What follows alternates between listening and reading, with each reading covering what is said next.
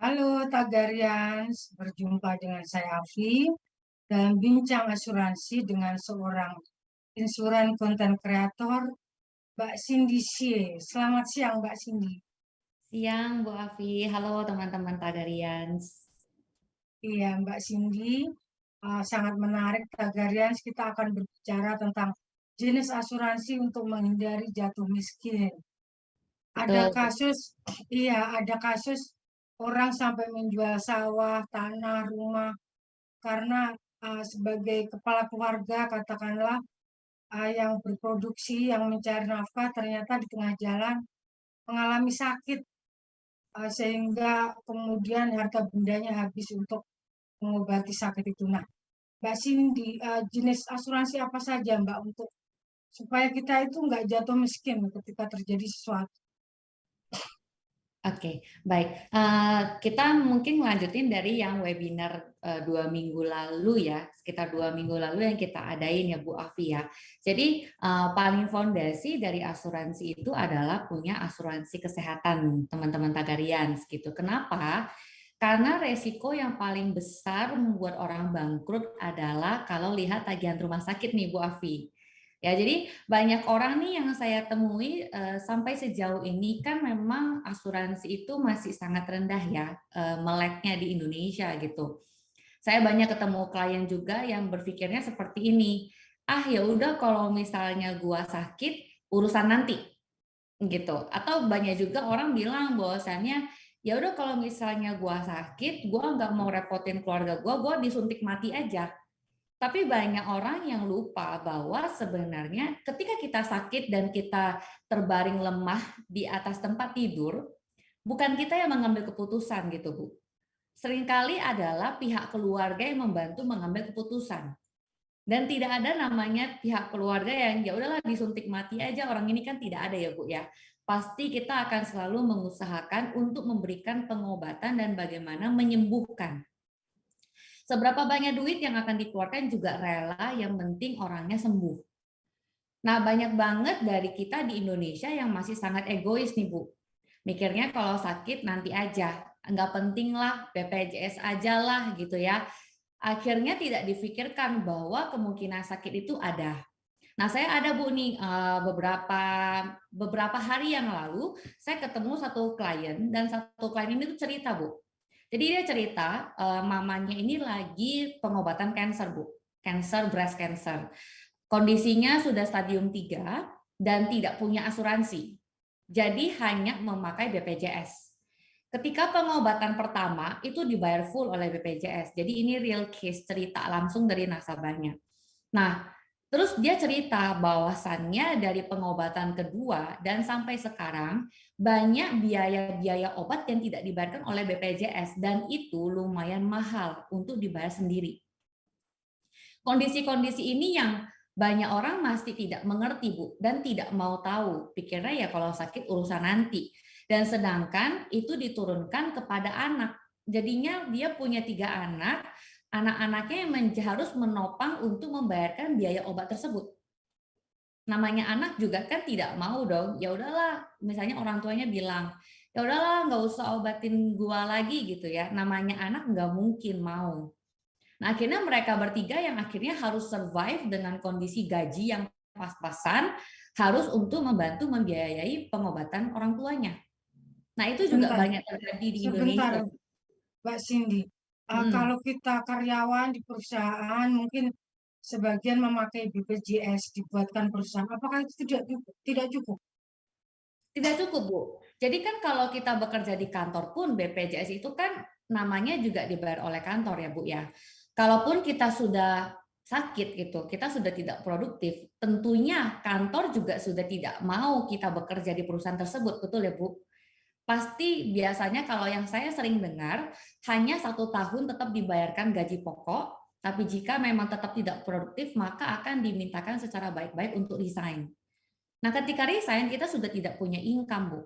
Dan tidak semua orang mempunyai perencanaan keuangan yang bagus dalam sistem tabung, investasi. Dan pertanyaannya juga, berapa banyak tabungan kita yang cukup untuk membantu kita pengobatan? Nah, itu kan perlu dipikirkan, Bu. Dan itu banyak orang Indonesia yang nggak mikirin, Bu. Untuk asuransi kesehatan ini kalau punya lebih dari satu polis apakah itu diperbolehkan oleh aturan? Kalau di Indonesia sebenarnya asuransi kesehatan karena sekarang zamannya sudah sistem cashless ya sesuai tagihan.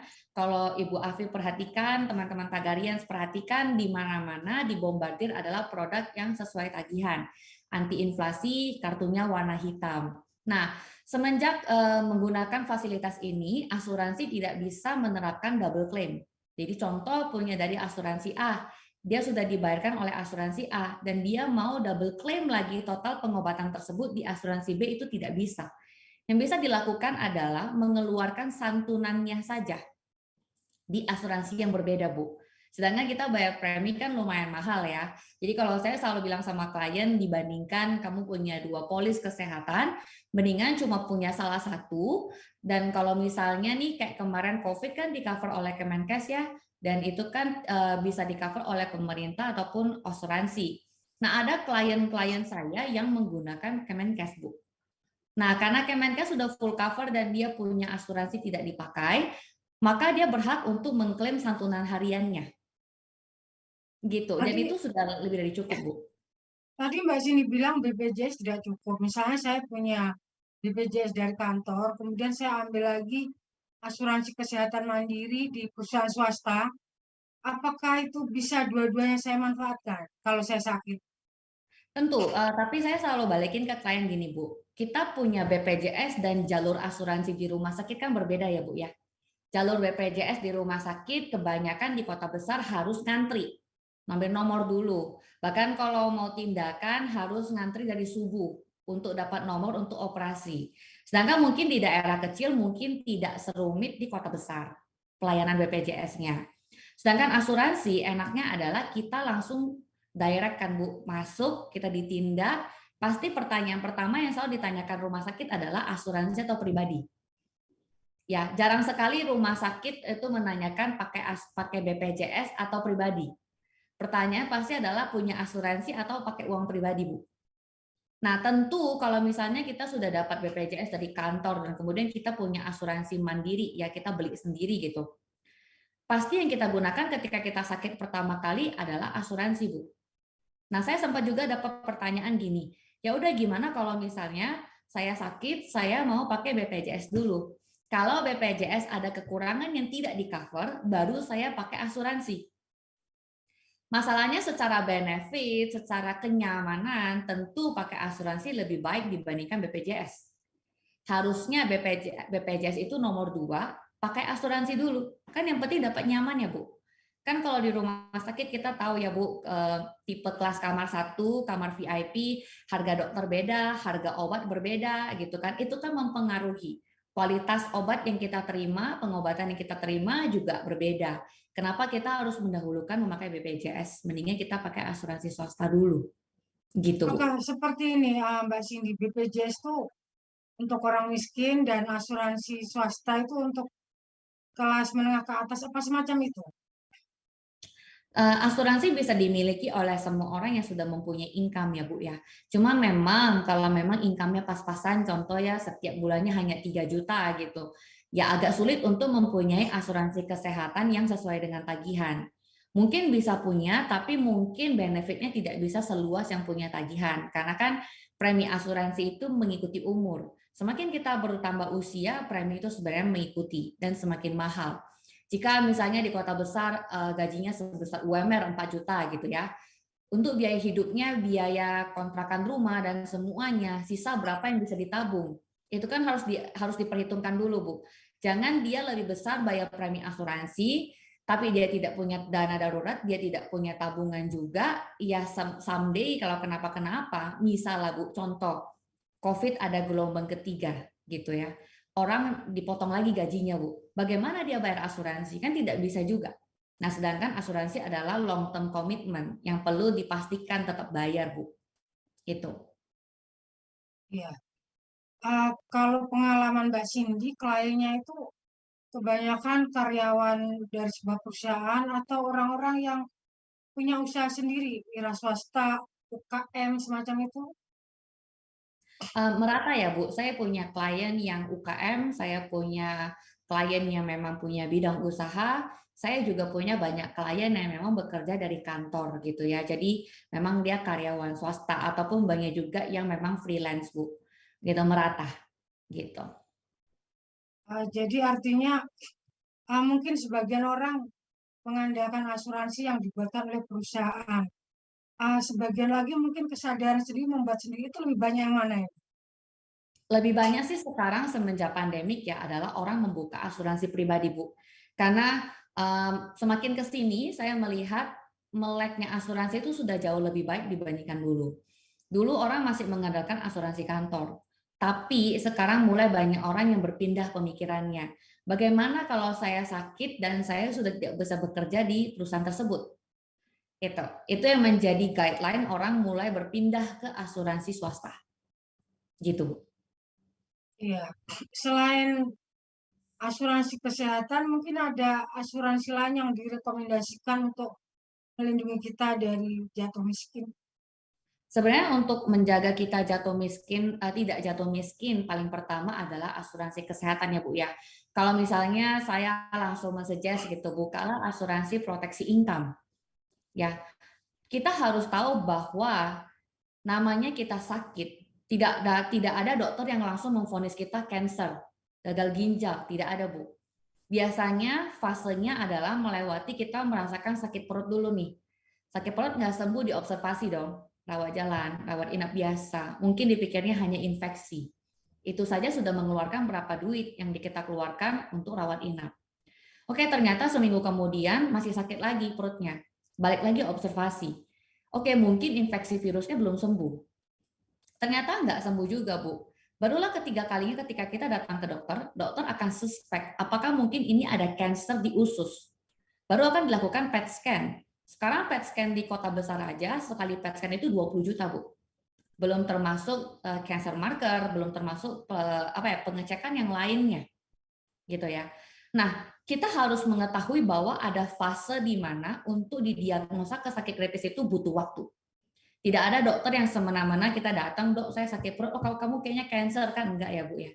Dan itu ada fase di mana kita mengeluarkan biaya, dan biaya itu tidak murah. Nah kalau misalnya orang-orang tidak mempunyai asuransi kesehatan yang memang memadai, dan hanya mempunyai asuransi proteksi income, tentunya dia tetap harus bayar premi Bu.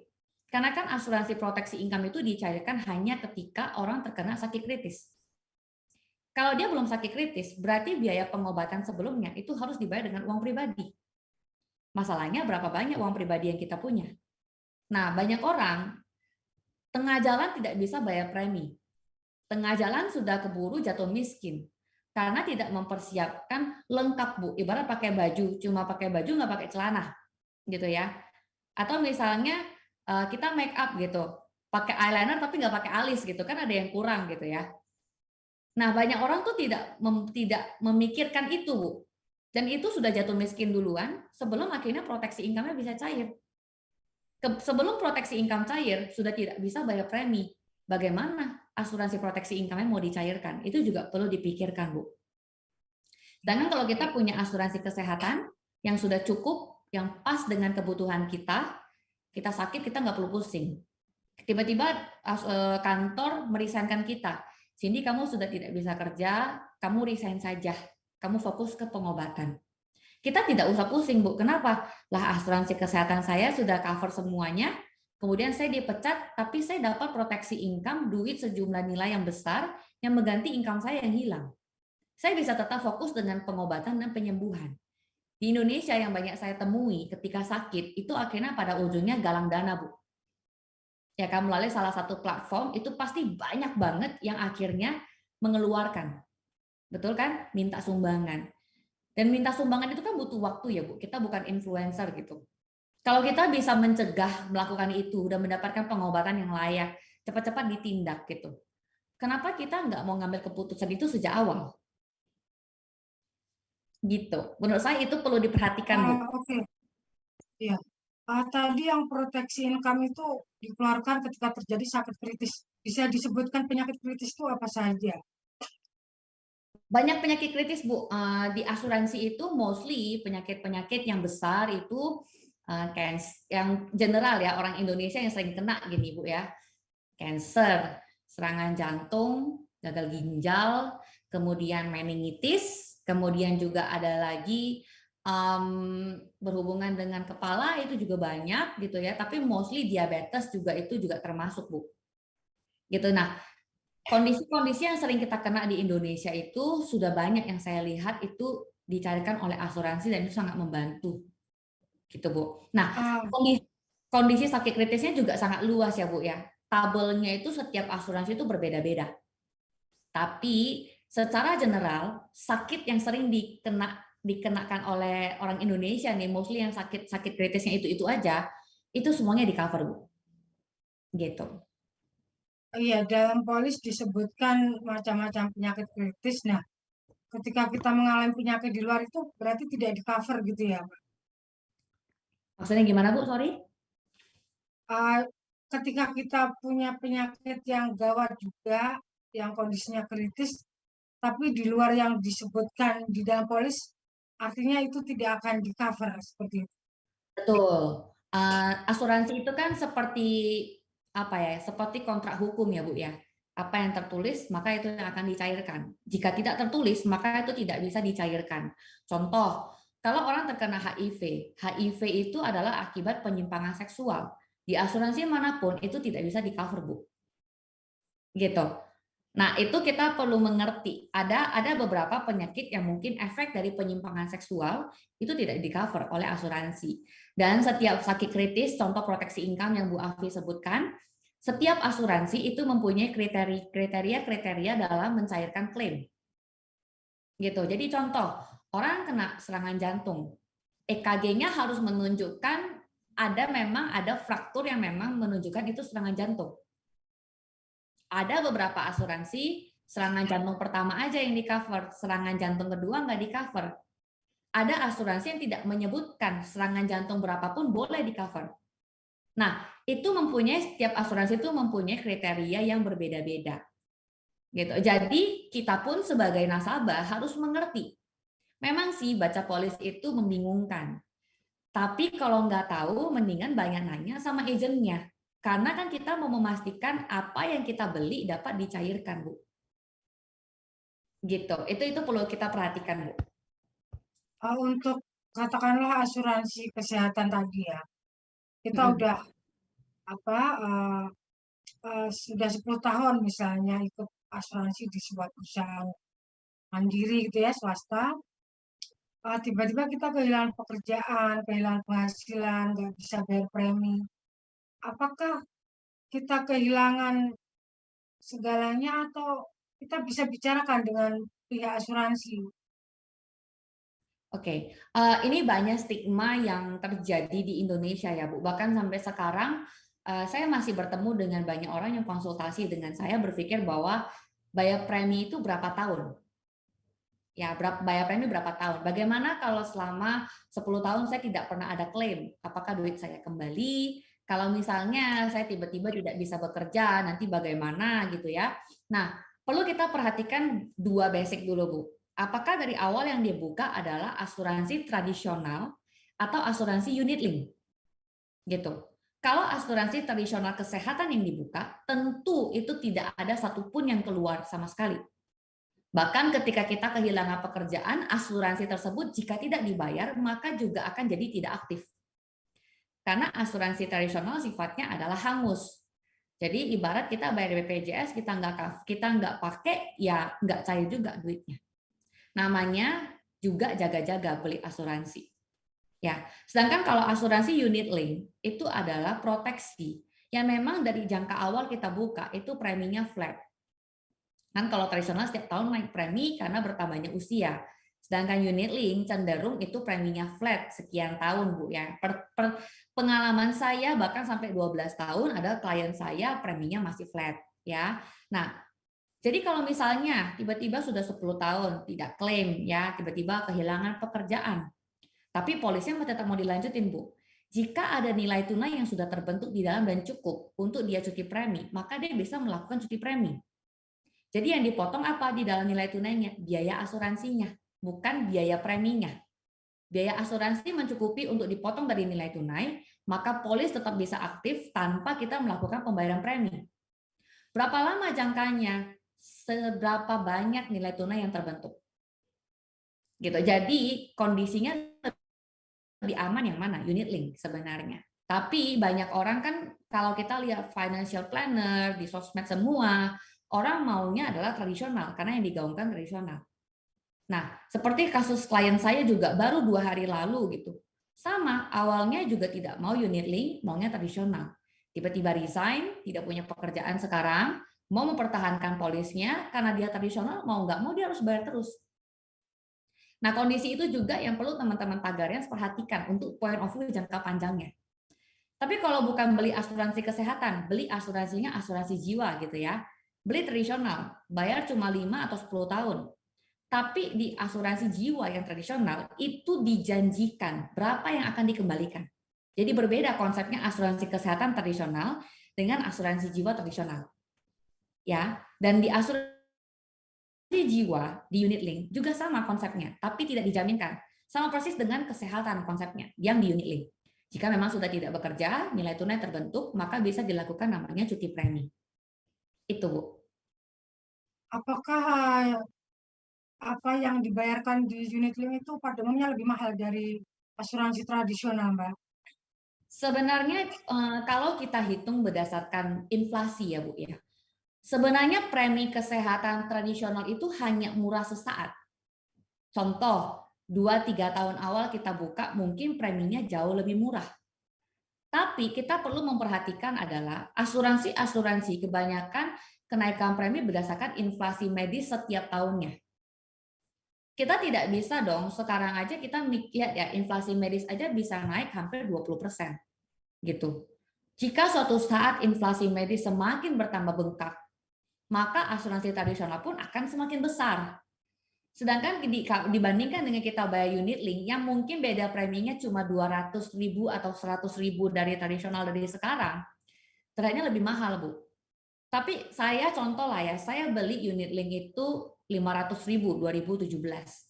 Sampai 2020 saya bayar masih 500.000. Sedangkan kalau saya dari 2017 buka asuransi tradisional, 400.000 contohnya. Tahun 2020 saya sudah bayar 570.000. Tentu lebih mahal asuransi tradisional kalau kita hitung-hitung. Murah hanya sesaat. Nah, kita harus perhatikan juga anak muda. Jangka kita bayar asuransi itu masih sangat panjang dibandingkan orang tua. Jika kita beli asuransi tradisional untuk kesehatan, kita perlu memperhatikan estimasi kemungkinan inflasi.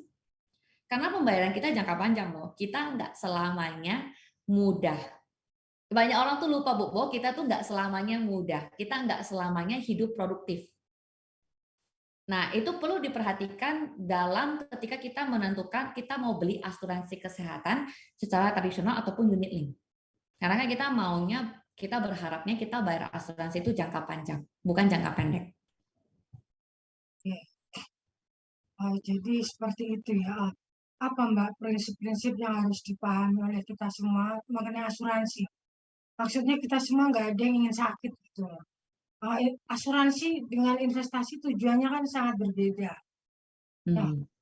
walaupun kita 10-20 tahun bayar asuransi kita tetap sehat, apakah itu artinya uang kita hilang atau apa-apa yang harus dipahami?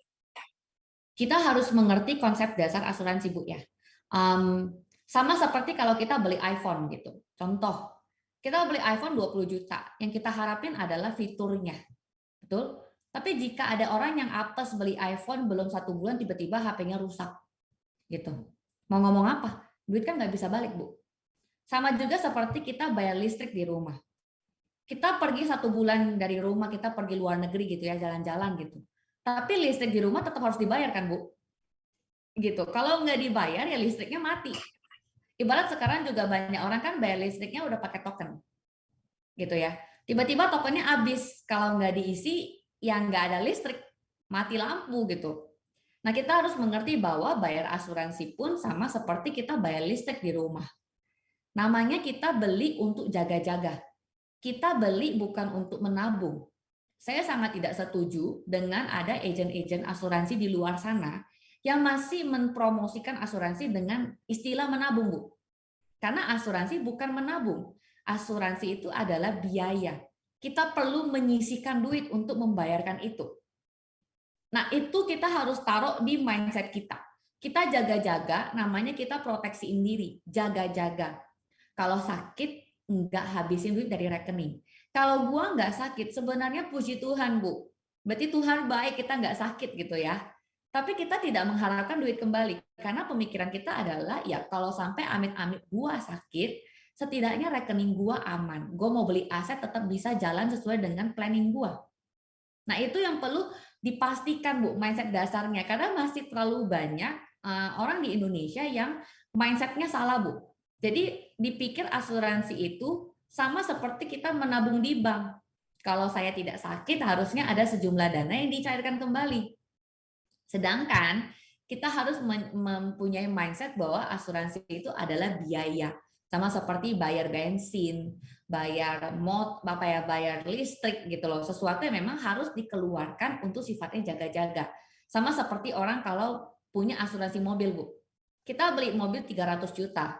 Ada orang yang mengasuransikan mobilnya setahun dengan premi 3 juta contohnya. Tapi setiap kecelakaan lecet baret gitu, kita tetap harus bayar 300.000 per kejadian. Baru di-cover oleh asuransi. Saya selalu tanya sama orang, kenapa mobil mau diasuransikan? Jawabannya adalah simple, karena gue beli pakai duit gue, air mata gue ya, kerja keras gue gitu ya. Jadi kalau mobil gue rusak, ya gue maunya bisa kembali normal dengan gue hanya bayar asuransi. Sama seperti badan kita. Kita kan yang pencari duitnya, Bu. Gimana kita mau beli rumah, beli mobil, kalau kita nggak bisa kerja? Gimana kalau kita nggak duluan fokusin beli asuransi kesehatan buat kita gitu ya, untuk menjaga-jaga kalau gua sakit gitu ya. Gimana gitu loh, kita bisa beli yang lain kan nggak bisa juga. Nah itu sama juga konsepnya dengan asuransi mobil. Tidak ada orang yang beli asuransi mobil berharapkan duitnya kembali, Bu. Tapi lucunya di Indonesia masih banyak orang berpikir kalau asuransi kesehatan, asuransi jiwa nih ke diri sendiri itu sifatnya menabung. Sedangkan kalau asuransi motor, asuransi mobil, orang sudah tahu bahwasannya itu sistemnya hangus. Nah, itu mindset dasar yang harus kita punya dalam berasuransi. Oke, Mbak Cindy, pertanyaan terakhir, tips memilih asuransi kesehatan untuk jaga kita agar terhindar dari jatuh miskin. Tipsnya adalah pertama, kita harus tahu dulu. Ketika kita sakit, kita mau dirawatnya di tempat tidur yang seperti apa pelayanannya. Ya, jangan beli yang penting murah, yang penting ada. Itu harus buang jauh-jauh. Ya, karena banyak orang beli asuransi dengan konsep yang penting ada aja dulu deh, gitu ya. Tapi ternyata pas sakit, ya gua nggak mau nih pelayanannya kayak gini, kenapa nggak dapat satu tempat tidur VIP, bla bla bla. Nah, baik lagi, kita yang merencanakan. Kita maunya dapat pelayanan seperti apa ketika sakit, itu perlu diperhatikan. Kedua, yang kita perhatikan adalah asuransi manapun kesehatan itu sama bagusnya. Ya tidak ada A, B, C mana lebih bagus, tidak ada. Karena asuransi kesehatan, semua asuransi itu sebenarnya sama-sama persis. Hanya penambahan 1-2 biji benefit supaya kelihatan lebih cantik saja ketika kita promosiin kepada orang gitu ya. Nah, tergantung, kita harus memastikan di dalam tabel tersebut bisa diklaim nggak? Atau cuma untuk embel-embel promosi aja, itu juga perlu kita pastikan. Gitu ya. Nah, itu juga perlu diperhatikan, Bu, karena banyak orang tidak memperhatikan itu, pikirnya oh makin banyak makin bagus gitu. Tapi mungkin sebenarnya tidak diperlukan anyway gitu. Nah, itu juga perlu diperhatikan. Kemudian ketiga, kita perlu memperhatikan secara limit. Ya, bukan hanya memperhatikan dari segi premi murah atau mahal. Contoh kemarin saya ketemu dengan calon klien gitu ya. Di asuransi A menawarkan 2 juta, asuransi B menawarkan 3 juta gitu preminya. Secara premi tentu saya akan pilih asuransi A karena asuransi A jauh lebih murah 2 juta, sedangkan asuransi B lebih mahal 1 juta. Tapi sedari benefit, asuransi A 2 juta premi yang saya bayarkan, saya hanya mendapatkan limitnya 1M. Asuransi B dengan premi 3 juta yang saya keluarkan, saya mendapatkan limit 10M. Kalau seperti itu, mana lebih murah sebenarnya? Nah, kita tidak bisa lihat hanya dari angka premi, tapi limitnya. Nah, banyak kita tidak memperhatikan limit coverage-nya.